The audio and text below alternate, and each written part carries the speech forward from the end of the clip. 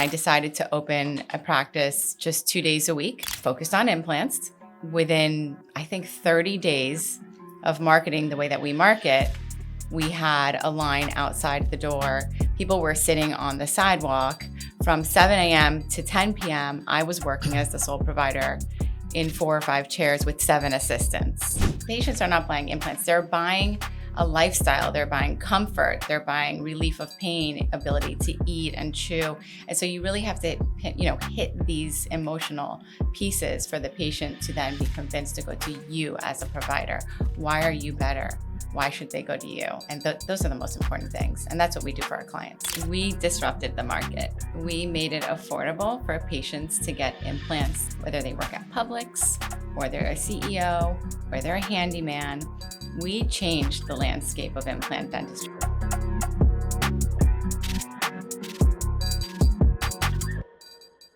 Welcome back to The Doers, the podcast where we dive into the real stories of building, struggling, and thriving in dentistry. I'm your host, Dan Hall.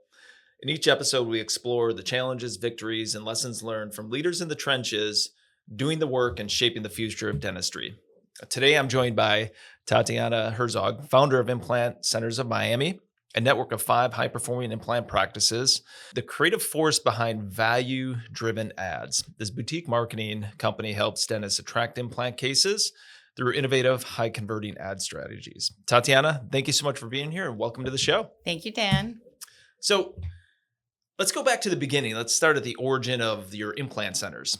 How did you start and what inspired you to open that first implant center? So I had just sold my first group to a DSO. And after that exit, I was a bit bored, actually. And so my contract was for 3 years. At about a year and a half, I started dipping into the implant side of things. And I decided to open a practice just 2 days a week, focused on implants. And within, I think, 30 days of marketing the way that we market, we had a line outside the door. People were sitting on the sidewalk from 7 a.m. to 10 p.m. I was working as the sole provider in 4 or 5 chairs with 7 assistants. So It was something that just happened rather quickly and almost by accident. People are lined up outside the door waiting. And is that where you kind of realize that you got something that can scale here? And you kind of rolled in and gave you the confidence to go for more locations, or was there something different? We take a step back. At that point, it was more of a realization that we had cracked the code of marketing. And from there, then we actually opened up, our first location in Implant Center of Miami, down in Miami Beach, which, if anyone knows, Miami is a very tough market for implant dentistry. And so the, moment when I realized I wanted to scale this thing was actually after training providers in a certain way with certain standards that I could replicate on and on, as long as I could get these providers to keep the standard of care that I had and treatment plan the same and look at everything the same with a very predictable approach to implant dentistry, because, implant dentistry has complications. That is when I realized that I could scale this thing. Okay, so you built out your system. Right. For everybody to follow.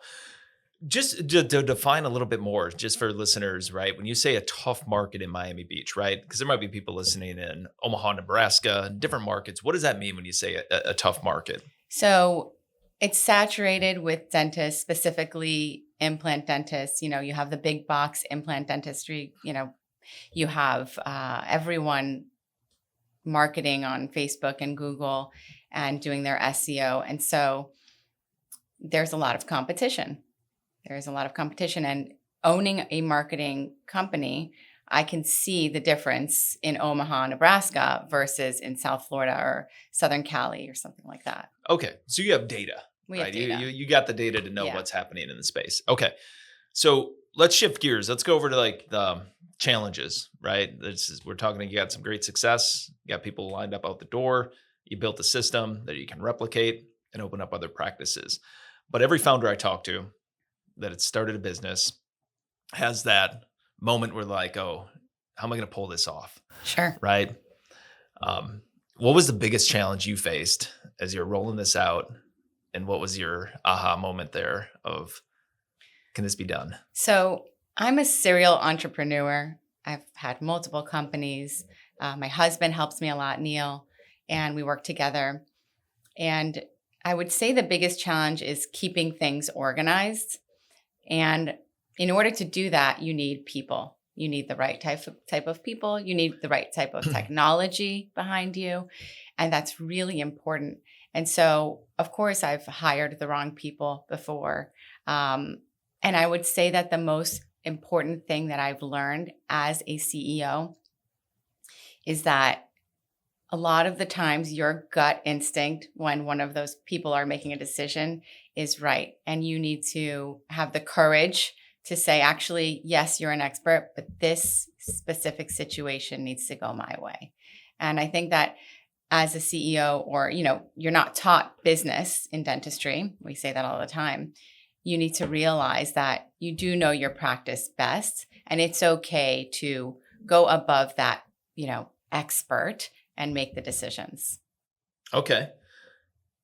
So you mentioned a few things there. What's one of those people or systems or piece of technology that helped you navigate that challenging time? Is there a specific example that you can recall or that was really impactful? There are so many examples that I can give. I really wouldn't want to give one minute example, and I don't want to say I micromanage as a CEO. I just, when you do scale this quickly, you need people to help you. And so those people are oftentimes making all the decisions rather quickly. We move fast. I mean, we make decisions in a week. We onboard technology in a week. You know that, Dan. You've worked with me already. Sure. So that is, you need to be able to filter all of those decisions and sometimes just say, nope, not the decision. That's all. Okay. Well, with multiple locations then, when you look at that, so it sounds like whatever you're applying, and correct me if I'm wrong here, whether it's people, a tech, a new way of doing something, you're just injecting it into your existing system, right? And your people are taught to adopt it. Is that a pretty good synopsis? Yeah. So let's unpack that for a minute. How do you get to that with your team members to say, hey, you know what, whatever Tatiana brings to us, we're going to roll with it. We're going to put it in the system and make it work.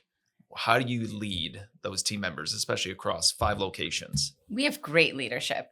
And that all comes really down to the managers and the doctors. Okay. So I make sure that we communicate with the doctors and the managers so that they can lead and have autonomy. And so when they give me feedback and say, hey, this is not going to work for our practice and here's why, we have to listen to that. And so I will bring them lots of change, and they're used to that, right? Because there's constantly changes in the market. And so that's how we deal with that. We just really have great leadership down to the practice level. Okay. So would it be fair to say your leadership style is like a laissez-faire, right? You give them autonomy, but you bring them the tools to make them successful. Exactly. Or help make them successful. Exactly. Okay. Well, yeah, I mean, they're high-performing individuals. I mean, there's high stakes. It's a high value treatment that's typically getting done. So you just want them to produce and give them the freedom to do so. Yeah. Okay. So what kind of culture have you intentionally built within Implant Center, your implant centers with your team? I would say that the culture with the doctors is very important. So we have a group of doctors that, we're all on a chat together. We share our cases, we share ideas. And so it's not like each office is its own little entity, but we're an organization of doctors that really do support each other. So if you run into an issue with a problem, maybe another doctor can help you out. That's how we support each other. We also post our cases and new technology or things that we've learned so that we're constantly training each other. And, we do have a bunch of CE junkies in our organization. Okay. And so that's always a plus. No, that's really helpful. When you're running the team, what's one principle that you just won't flex on, right? As a leader across your organization, whether it's working with your docs or any of the team members, this is the one thing, there's no wiggle room. Yeah. What would that be? Standard of care. Okay. If I see something, if a patient they're putting a patient in jeopardy or harm, or in the gray area in any way, you're done. I mean, I'm pretty strict on that. Okay. But overall, within the other leadership, I would say that, the way that I hire is really based on kindness. If Okay. they're nice, right, Nice. we can train them. No, that's awesome. And look, you're just talking about a minute ago, this network of specialists who can work together and figure out an issue. So there should never be any type of gray area, right? Exactly. They have the system there to help support them. Right. That's awesome. Do you mind if we shift gears and Yeah. just dive into the marketing side? Let's do it. So I'm just curious, like as you go through running your implant centers, when do you decide to jump in and build this value-driven ads boutique marketing company? Mm-hmm. What led you to that? I mean, to say, So going back to the origin story, hey, okay, when I started the first office of implant centers, we knew that we kind of cracked the code on the marketing. And I partnered with Keanu, and he's my partner in value driven ads out of Anchorage, Alaska. And him and I got together, and Neil, my husband, and we created value driven ads, which is a very unique marketing platform. You said it's boutique. It absolutely is. So, we drive everything with video-based marketing, and that's really what works. And we can talk more about that and how that works as a follow-up question, but that is the key to getting the return on the investment. well, yeah, I guess I do have a follow up there. So, I mean, so video's hitting for you. What do you find most practices do wrong when they want to jump into marketing implant cases?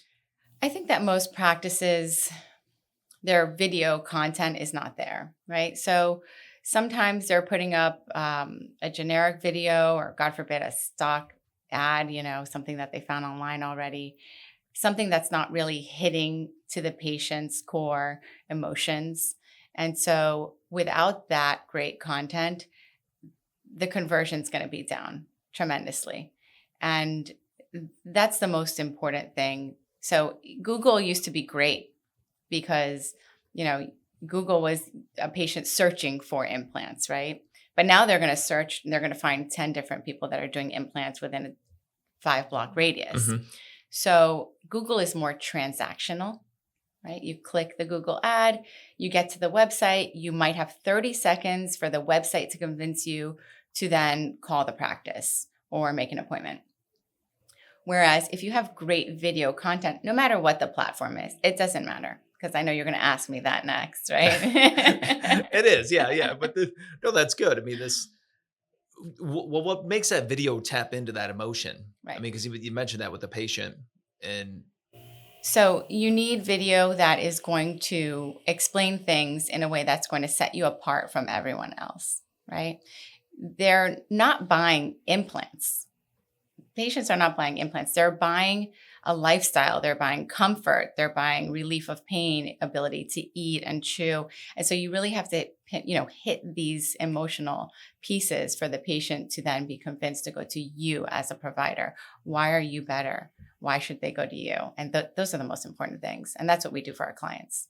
so is it the providers speaking? So if I were to get fed one of those ads, Mhm. it would be you speaking to me as a patient why I should do this. So not every provider wants to Okay. be on video. And so we have video content that we've created that Keanu is actually explaining it. And those you could see those videos. They're incredible. Moreover, you might want a video testimonial of your patient speaking, right? Because that's great video content as well. So something that's really going to engage the patient and want them to keep, you want them to keep scrolling and looking and finally make that call. Okay, so a little bit of peer validation mixed in there as well Absolutely. too. Okay, so that's exciting. So you're getting them attracted. I'm just curious, like running a sales organization myself, I'm just curious, like when I jump over to your side and you're a healthcare provider and you're helping these people build a funnel, what makes a great marketing funnel from the time they click to they come in and say, yes, show me this case. What do you recommend we do? So we can get them to click. They're going to click. They're going to call. They might even make an appointment. But the next step. The person at the front desk or the call center or whoever is taking that first call, you're getting a patient who wants to do treatment for $40,000. And this is a patient who typically has built their career. They're using their discretionary income to pay for this. It's very important to them. And they need someone on the other end of that line who understands, cares about them, and can explain things at a higher level. So you can't have the lowest level person answering the phone that hasn't been trained yet. You need to have someone there that is exceptional, because that is the most important thing to now build that relationship and convert that patient. Okay. How much time do you help with that? So if I were, say I was a dentist, that's a big stretch there. And I were to hire your ad company, do you help coach them through that? Because I see that often too. I'll call a dental practice and somebody answers the phone like, dental practice. Yeah, we have a whole training program for our doctors and the staff. And if they absolutely can't, they still can't get that part right, we can do it for them. So we can take that call. We do, like I said, it's a boutique practice. So if a doctor needs something different than the other doctor in the next state over, we'll help them with that. So if we need to book the calls, the appointments, virtual consults, we can do that as well. Okay. So you actually take the phone calls? Sometimes, not for every practice. If you have someone in your practice that is exceptional, they're going to get the conversion better than anyone else. Sure. But as a fail-safe, if I have nobody, I don't have a ton of confidence, I can route it over. Yes. Okay. I could see that being a much needed tool. I mean, I think it might not even be the individual isn't exceptional, but they're also working on insurance. They got patients in front of them. Right. I mean, a great service to be able to take it off the front desk. So you did kind of mention this before that I would ask this question. What platform converts, or does it not matter? It matters. It matters because it should be video. Right? Okay. So we want that video content. So whether you're using Meta, which is great, Facebook and Instagram is great for video marketing. What is not great is Google, even though you will get conversions from Google, but it's just going to be more expensive. Okay. Right.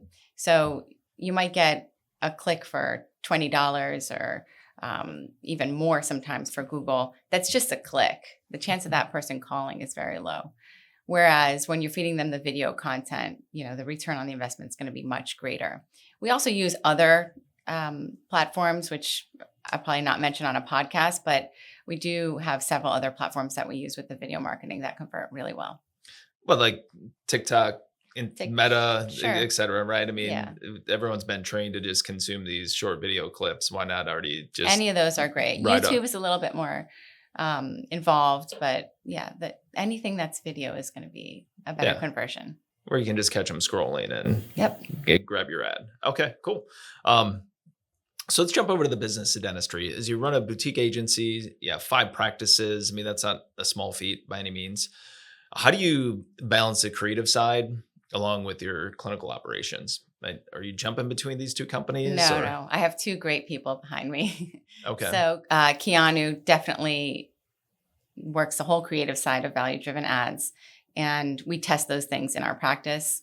And then Neil, my husband, works the whole creative side of Implant Centers. So he's the one behind driving the ideas and kind of the technology and things that we have to implement. Okay. So when you think of growth, so you got your 2 key people on both sides of the company. When you look at growth for both of them, what's your plan? Do you look to open more centers? Are you going to scale value-driven ads, or are you just going to double down on what's working in the current footprint? Sure. So definitely double down on what's working. We still have capacity to grow within our 5 locations right now for implant centers. Not too much, but we still do have. So I'd like to max that out first before we continue to scale that. And then value-driven ads is always growing. Yeah. Okay. So what's your North Star for measuring the success of those companies? Like what's a KPI? I'm just curious from either the implant side or the ads company that you track as the CEO. For the 2 most important things to me are churn in both of them. And by that, we don't want to lose clients in the ad company that tells us that we're not making them enough money, right? So we work in a specific way that it benefits both the client and the agency. And so we're always trying to drive growth there. And so if the churn goes up, then that's something that's a red flag to me. And same thing with doctors at the implant centers. So if I have a doctor for 5 years, we've only been open for 6. So that's really something that, actually 5, that's really something that's important to me. So if we start to have churn, that is raising a red flag. If we keep these people for a long time, that's the best KPI that I can get. I love you use that term. I mean, it's one I know in my world from, selling SaaS, being in the mobile space before that. I mean, it's like the true North Star, Right. because if I'm losing people, I'm really not growing, right? Exactly. I gotta be adding more than I'm losing. Mhm. It really shows that you're that serial entrepreneur, throwing terms out there that we use in our tech world. Sure. So what's a tool or system you can't live without as you're looking at that growth? You got your true North Star of churn. Mhm. What do you depend on most as far as piece of tech or your system? Tech is changing. I would say that what I was depending on 6 months ago is not what I will be depending on by next month. And so I don't think there is that one magic button that keeps everything aligned. So we're continuing to grow right now, especially with the introduction of all these AI platforms. I believe that within the next 6 to 12 months, our whole tech stack is going to be different. How so? Like across the implant centers? Yeah. Okay. Yeah. Like, are you talking? I'm just curious what your thoughts are on AI. How far do you think it's going to go? Are you talking on the clinical side or the ops side or both? Well, the clinical side, we've seen like Pearl and Overjet and these things come out. But now with the assistance to our leadership, for example, recording the phone calls and scoring the phone calls, taking phone calls after hours, taking notes. These are things that are just going to help us so much so that we can scale in a faster pace, actually. Okay. No, it's a refreshing way to look at it. It's, kind of augmenting with the AI. Sure. So it's just, magic wand, a little bit of pretend. There's one thing in dentistry that has just been like a thorn in your side since you've rolled into it, and you could just wave a wand and make Everyone it go away. knows the answer to that. It's insurance. I mean, Okay. we barely take insurance, but whatever we do deal with, it's the thorn. Really? Absolutely. Yeah, you are right. My last person on the podcast, I think that, what did they call it? A coupon plan, basically, right? I You mean- can utilize your coupon to get a slight discount. Sure. Insurance is always a thorn. I think that most people would agree with that one. Okay. So what would you fix about it? You're waving that wand. This isn't real. It's pretend. What would make it easier? It would be great if the patients understood the lack of value in the insurance and then kind of just moved over to fee for service or our discount plans, right?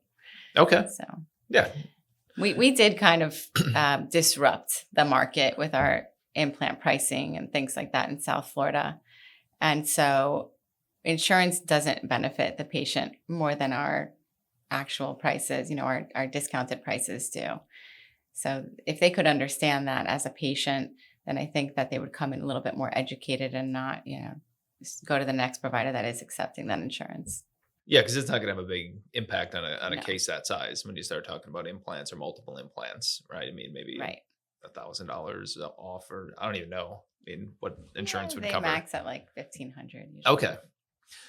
So I want to shift gears because we're coming up towards the end. So I just have like some rapid fire personal questions just to get to know Tatiana a little bit better as a person, leader. Just say what comes to mind, right? How do you give back personally, right, to your community, down in the Miami area, wherever it might be, after having all this success in the dental space? Okay, so not having a lot of time on your hands is really tough. Sure. But like I just mentioned, we disrupted the market. We made it affordable for patients to get implants, whether they work at Publix or they're a CEO or they're a handyman. We changed the landscape of implant dentistry. I can say that confidently because when we started, really no one was doing that. There's a bunch of copycats now, but Implant Centers is really what drove that. And some people might be upset with the prices and things like that. But we've come up with a system where we can afford to give these lower implant prices. And now the everyday person can get an implant. When I was in dental school, I didn't have any money, right? I was eating ramen like everyone else. And I was thinking to myself, gosh, if something happened to my tooth right now and I had to pay $1,000, where would I get the money?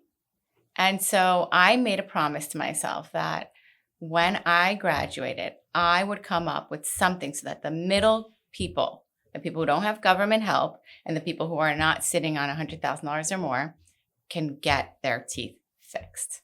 And That's awesome. What we did. So you're doing it every day? Every day. Okay. So what's your favorite way to unwind? You're off the clock. You're done at both companies. What do you do? Yeah, I just jump in my pool. Okay.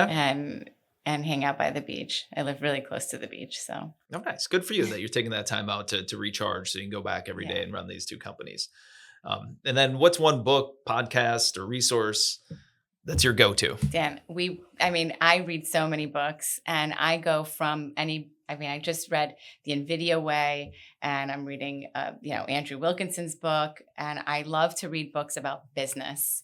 So there's not one book, and that question is very difficult for me. Okay. Probably the most difficult question. There's no one leadership book or anything. Is there a pearl of wisdom that you pulled out of the NVIDIA book? I will tell you that there is one book that really, if you are an entrepreneur, you are growing your practice, you're hitting an inflection point. There's a book by Ken Kaufman and Ashley Kaufman that tells you the story of a dentist kind of going through these trials and tribulations, and then really breaks it down into the business side of it, of how you should have your P&Ls and all of that set up. I think that's a really nice book. Sometimes I even have my associates read it so they can understand the business side of it. I would highly recommend that book, and I should have the name of it for you here. I can look it up. Well, I think people can Google it. That's awesome, though. So that would be your pearl of wisdom to anybody looking to strike out on their own and hang that shingle and open up their dental practice. Yeah, if Give you're that growing, you should read that book. Okay. Well, Tatiana, this has been really insightful. I think a powerful discussion. Thank you for your time. Before we go, what's one thing that just makes you the most proud of what you've done so far? Wow. As you just reflect back. The fact that we are continuing to grow and support all these amazing people and training so many people. I've had doctors that have started straight out of school, and we've gotten them after a few years really, really advanced. And I'm proud of those people. I'm proud to elevate those people, whether it's a manager or a doctor. I think that's the most important thing, is the people part. That's great. That's a sign of a good leader when you want to elevate your folks. Well, thank you again, Tatiana, for joining, and to everybody listening. That's it for this episode of The Doers, where we share the stories behind the work, the wins, and the lessons learned. If you enjoyed this episode, be sure to follow us. And there's more coming down the pipeline. Until next time, get out there and do the work.